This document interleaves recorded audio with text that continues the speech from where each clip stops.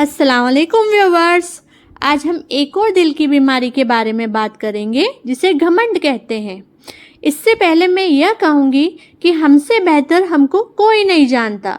अगर हम खुद किसी शैतानी अलामत में मुब्तला है तो हमें अल्लाह पाक से तौबा करनी चाहिए, क्योंकि अल्लाह पाक तो इंतज़ार कर रहा होता है कि कब मेरा बंदा मुझसे तौबा करे और कब मैं उसकी तौबा कबूल कर लूँ।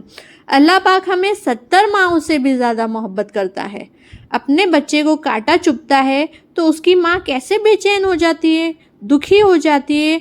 तो हम तो खुद अपने आप को कांटे चुभा रहे हैं, तो जो हमसे 70 माओं से भी ज़्यादा प्यार करता है वो कितना तकलीफ़ पाता होगा। इसलिए जब तक सूरज उल्टी दिशा से न उगने लगे वहाँ तक तौबा के दरवाजे खुले हैं।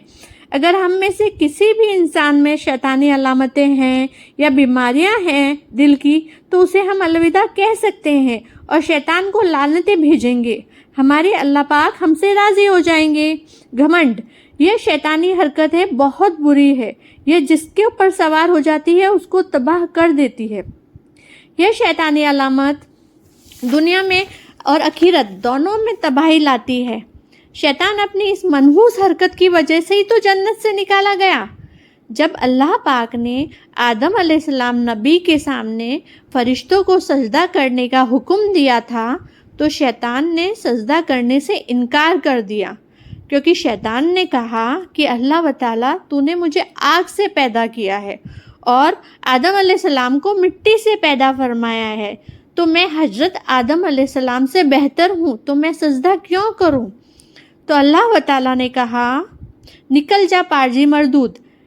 इससे दो बातें सामने आती है। पहली, शैतान ने घमंड किया और जन्नत से निकाला गया, और दूसरी बात ये आती है कि हदीसों में कहा गया है कि शैतान ने 80,000 साल इबादत की अल्लाह पाक की, उसकी ये दिखावे वाली आदत कुछ काम ना आई।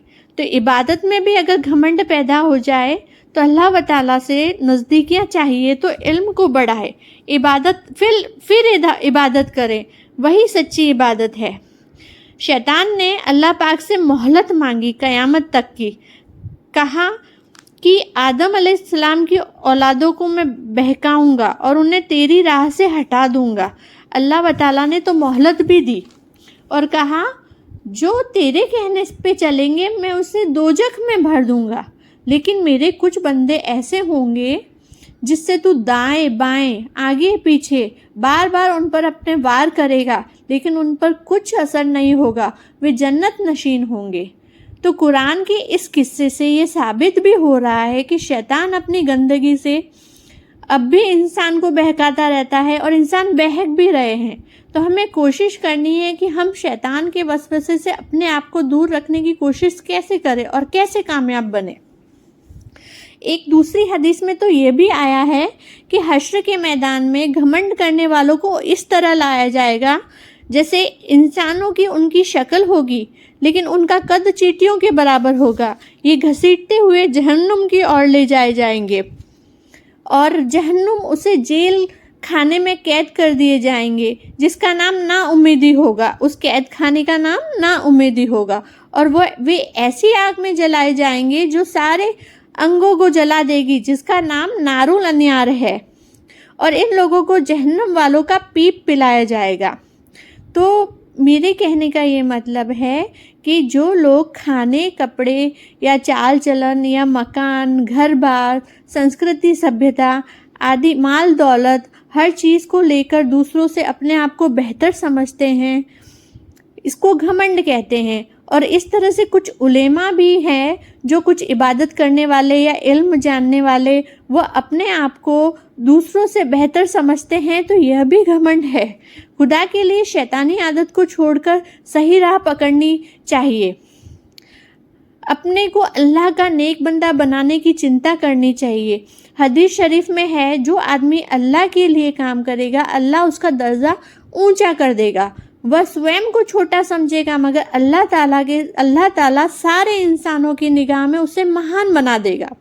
जो आदमी घमंड करेगा अल्लाह उसे मात दे देगा। वह स्वयं को बड़ा समझेगा मगर अल्लाह उसे सारे इंसानों की नज़र में कुत्ते की तरह अपमानित करेगा। अब हम जानेंगे कि घमंड का इलाज कैसे करें। घमंड का इलाज यह है कि अपने आप को गरीबों और मिस्किनों की सोहबत में रखें। अल्लाह पाक ने जो दिया है उस नेमतों का शुक्रिया अदा करें। वह दे भी सकता है और ले भी सकता है। हर पल शुक्रिया अदा करें। हर लम्हा हमें जो मिला है, हम जो सांस लेते हैं वो अल्लाह ताला की तरफ से है। हमारा शरीर स्वस्थ है अल्लाह ताला की तरफ से। इतनी सारी नेमतें हमको हमारे शरीर के अंदर मिली है, तो हम हर पल शुक्रिया अदा करें। एक दूसरे इंसान का सम्मान करें, आदर करें। अगर कोई इंसान ओहदे में छोटा है तो उसका अपमान नहीं करना चाहिए, नरमी से पेश आना चाहिए।